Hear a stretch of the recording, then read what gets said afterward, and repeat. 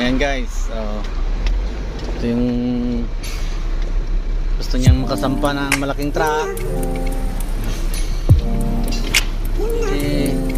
Ayan, ganun talaga pagbago ng mga papa.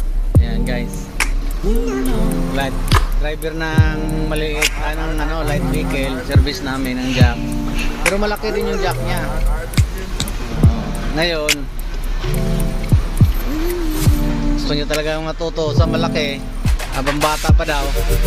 Ako naman ay hindi naman madamot. Marami naman din tayong pinasampa ng truck. Kaya siyempre hindi naman tayo madamot. Kaya katunayan nga, binidyo ko pa. Ayan, ginawa pa natin content yan.